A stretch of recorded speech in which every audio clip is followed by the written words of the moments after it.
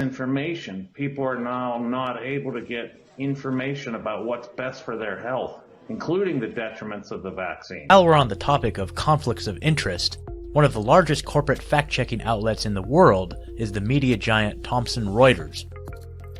Looking at Reuters' leadership team, you see James C. Smith, currently listed as chairman of the Thomson Reuters Foundation, the charity organization under the Reuters umbrella. Smith became the president and CEO of Reuters in 2012, and then, in February of 2020, stepped down and took the position of chairman of the charitable side of the business. Looking a bit deeper, you see that Smith also currently sits on the board of directors at pharmaceutical juggernaut Pfizer. Well. Do you think he is invested in protecting the mainstream narrative? In a recent interview, we talked to the founder of the Free Thought Project, Jason Bassler, where he illuminated us about his frequent battles with fact-checking services. You kind of can't just roll over and take it. Like, you really do have to try to appeal. The way that works with Facebook is that they have, hired third-party independent fact-checkers, fact-checkers. And so if you have one of your pieces of content fact-checked by them, you actually have to email them, PolitiFact or USA Today or whoever it is, and try to appeal with them, which seems strange to me. It seems like a complete conflict of interest, because how many of these guys are going to admit that they're wrong?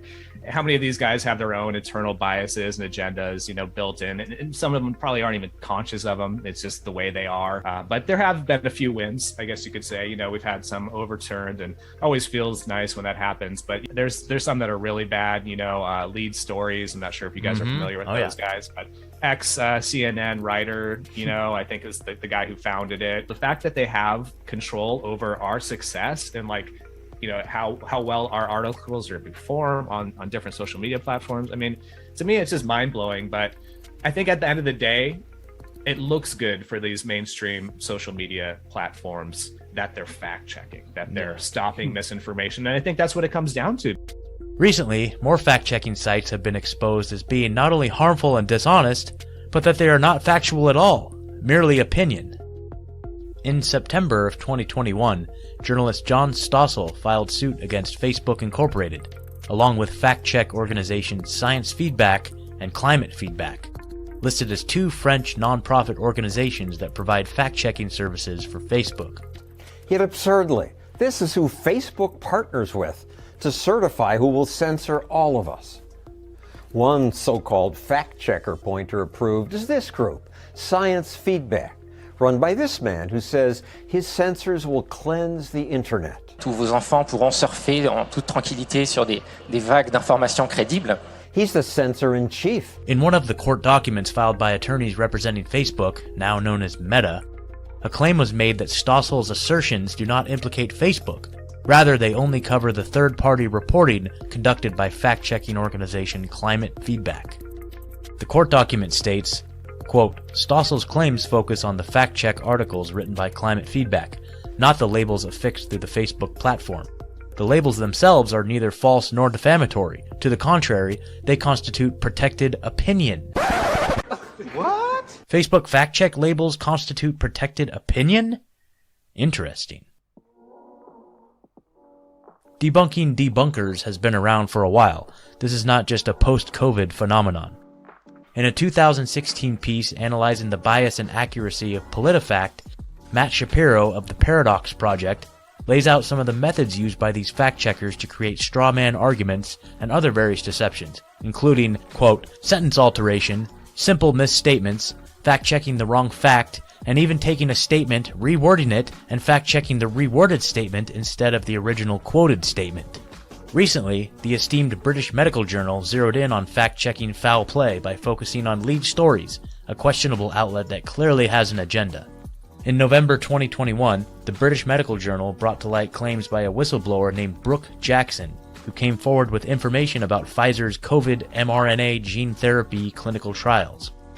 Jackson stated that Ventavia, the company hired to run the clinical trials, was guilty of compromising the study due to poor laboratory management, patient safety concerns, and data integrity issues. When people began sharing this BMJ paper via social media, Facebook slapped a missing context label on it. throttling its visibility and shadow-banned posts that included the paper. On December 17, 2021, the British Medical Journal published an open letter to Mark Zuckerberg, CEO of Meta, presenting their argument as to why this fact-check has no credibility and should be removed. The BMJ claims that the lead story's fact-check used deceptive tricks in order to besmirch the claims made by Brooke Jackson and the BMJ as a whole. Some of these claims include: the fact-check fails to provide any assertions of fact that the BMJ article got wrong. It has a nonsensical title, quote, "Fact Check, the British Medical Journal did not reveal disqualifying," and ignored reports of flaws in Pfizer COVID-19 vaccine trials. The first paragraph inaccurately labels the BMJ a news blog. It contains a screenshot of our article with a stamp over it stating "Flaws Reviewed," despite the lead story's article not identifying anything false or untrue in the BMJ article.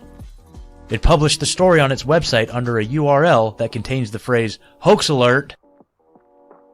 It has been known for a while that entities heavily invested in the overall agenda, such as the Bill and Melinda Gates Foundation, actually provide funding to these media organizations.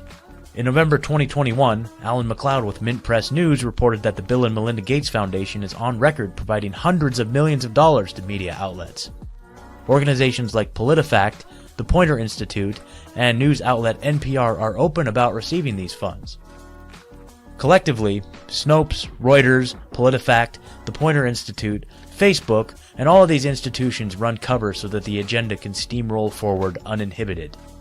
If it wasn't for censorship, deplatforming, and scandalous fact-checking, there is no way that the mainstream narrative would hold up under scrutiny or under rigorous debate.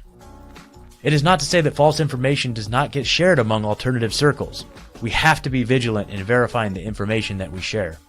Our standards need to be higher than that of the corporate media as we continue to make them irrelevant and become things of the past. So Facebook is now using so-called independent fact checkers to verify news stories on their site.